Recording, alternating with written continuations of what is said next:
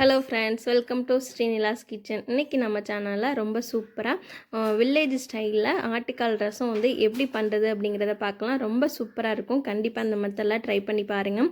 நம்மளோட சேனலை first time பார்க்குறவங்களா இருந்தால் சப்ஸ்கிரைப் பண்ணி வச்சுட்டு ஆளுங்கிற பட்டனை ப்ரெஸ் பண்ணி விட்டுக்கோங்க. அப்போ தான் வீடியோ நோட்டிஃபிகேஷன் வந்து உடனே கிடைக்கும். இப்போ வாங்க வீடியோக்குள்ளே போயிட்டு எப்படி பண்ணுறதுன்னு பார்க்கலாம்.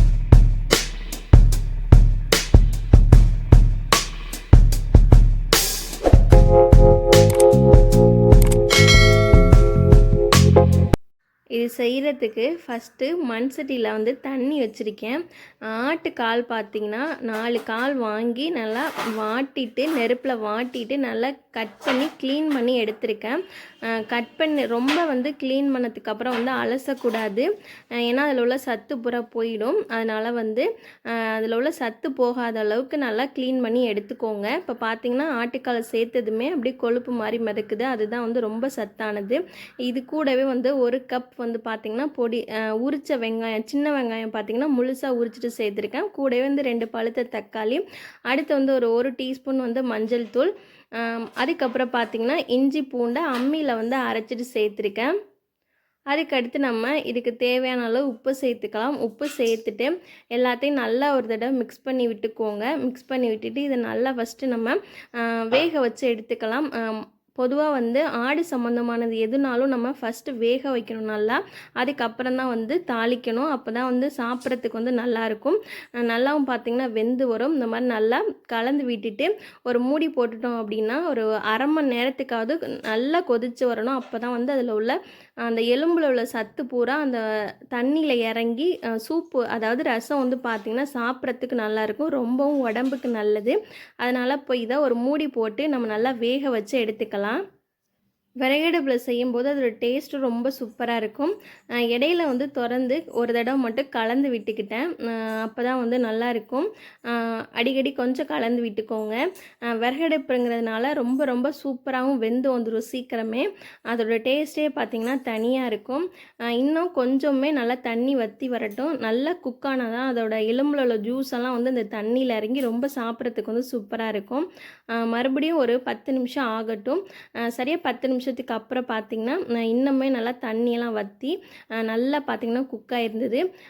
இப்போ நம்ம இதை வந்து தூளெல்லாம் ஆட் பண்ணிக்கலாம். 2 டேபிள் ஸ்பூன் பார்த்திங்கன்னா மிளகாய்த்தூள், 3 டேபிள் ஸ்பூன் வந்து மல்லித்தூள் சேர்த்துருக்கேன். சேர்த்துட்டு நல்லா கலந்து விட்டுக்கோங்க. நீங்கள் தூள் சேர்க்க விருப்பப்படலை அப்படின்னா சோம்பு, சீரகம், மிளகு இதை வறுத்துட்டு அந்த பொடியை வந்து சேர்த்துக்கோங்க. ஒரு 10 நிமிஷத்துக்கு இதை நம்ம மறுபடியும் கொதிக்க வச்சு எடுத்துக்கலாம். கொதிக்க விடும்போது அதோட தூளில் உள்ள பச்சை வாசனைலாம் வந்து கம்ப்ளீட்டாக போயிடும். அதுக்காக மறுபடியும் ஒரு 10 நிமிஷம் நம்ம கொதிக்க வச்சு எடுத்துக்கலாம். மூடி வச்சு நீங்கள் கொதிக்க வச்சிங்க அப்படின்னா ரொம்ப சீக்கிரமே வந்து குக்காயும் வரும், நல்லாவும் இருக்கும். அதனால் இப்போது நல்லா கலந்ததுக்கப்புறம் இதை க்ளோஸ் பண்ணி விட்டுக்கலாம். அந்த குழம்பெல்லாம் பார்த்திங்கன்னா தூள்லாம் சேர்த்து நல்லா கொதிக்க ஆரம்பிச்சிருச்சு.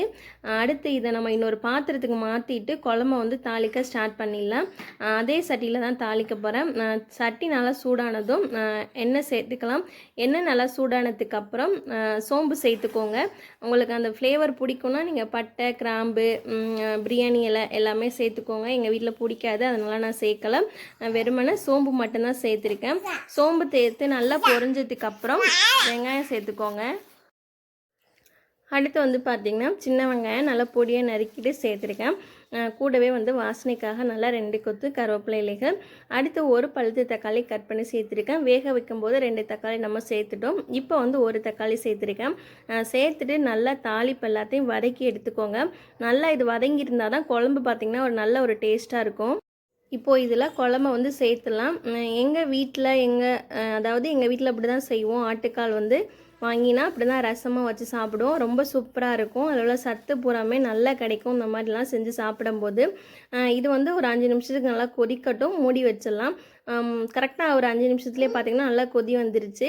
இப்போ இந்த ஸ்டேஜில் வந்து 2 டேபிள் ஸ்பூன் தேங்காய், ஒரு டீஸ்பூன் வந்து சோம்பு சேர்த்துட்டு அரைச்சி ஊற்றிக்கிட்டேன். அந்த கிளிப் வந்து எனக்கு மிஸ் ஆகிடுச்சு. நல்லா இதுவுமே பார்த்திங்கன்னா தேங்காய் சேர்த்துட்டு கொதிக்க ஆரம்பிச்சிருச்சு. ரொம்ப சூப்பராக பார்த்திங்கன்னா ஆட்டுக்கால் ரசம் வந்து ரெடி ஆகிடுச்சு. இந்த வீடியோ பிடிச்சிருக்குன்னு உங்களுக்கு நினைக்கிறேன். பிடிச்சிருந்தது அப்படின்னா ஒரு லைக் பண்ணுங்கள். உங்களோட ஃப்ரெண்ட்ஸ் அண்ட் ஃபேமிலிக்கு ஷேர் பண்ணுங்கள். கண்டிப்பாக அந்த ரெசிபியை ட்ரை பண்ணி பார்த்துட்டு எப்படி இருந்தது அப்படின்னு உங்களோட ஃபீட்பேக் எனக்கு கமெண்டில் ஷேர் பண்ணுறதுக்கு மறந்துடாதீங்க. இதே மாதிரி இன்னொரு வீடியோவில் சந்திக்கிறேன். அது வரைக்கும் டாட்டா பாய்.